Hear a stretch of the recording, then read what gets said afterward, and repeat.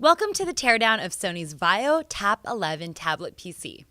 Now, before we open it up, here's a quick look at the outside. The front lid lifts off and serves as the keyboard. Along the sides, we have our USB 3.0 and micro HDMI port. The opposite side features the volume control, power button, and headphone jack.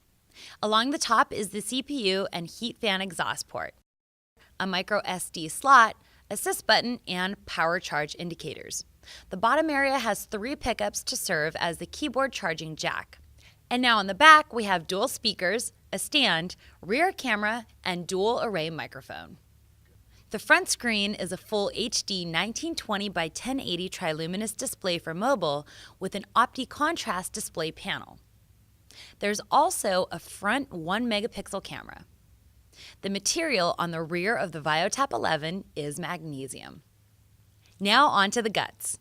First is the removal of 5 screws from the external that run along the edge. Next is releasing and removing the top glass panel.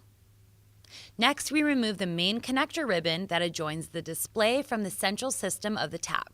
The largest area houses the 29 watt-hour battery. The battery is a 3800 mAh battery that comprises the majority of the unit weight at 1.7 pounds without the keyboard. Removing the battery involves unhinging the power connector, which powers the motherboard, and removing additional screws. On the display portion of the tablet PC, we have magnetic pieces on all 4 corners, which work to hold onto the keyboard along with a front-facing camera, which is a 1 megapixel camera with an Exmor-R sensor. It also houses the camera connector to the motherboard.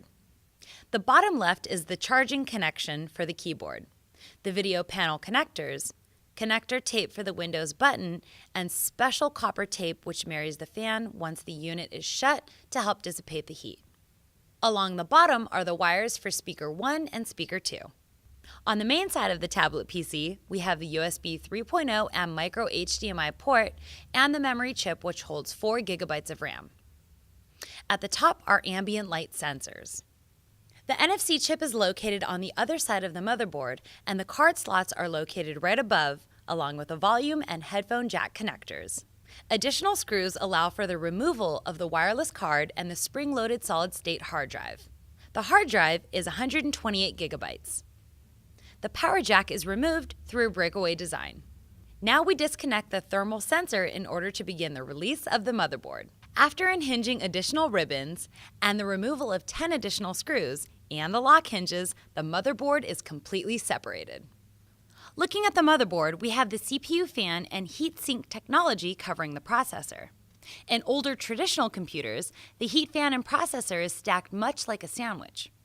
In more current models, these components are separated in order to maintain the thin design. To do so, the fan and heat transfer becomes a self-contained piece. The processor has a frame that bolts down the copper in order to have good contact with the chip to dissipate the heat evenly.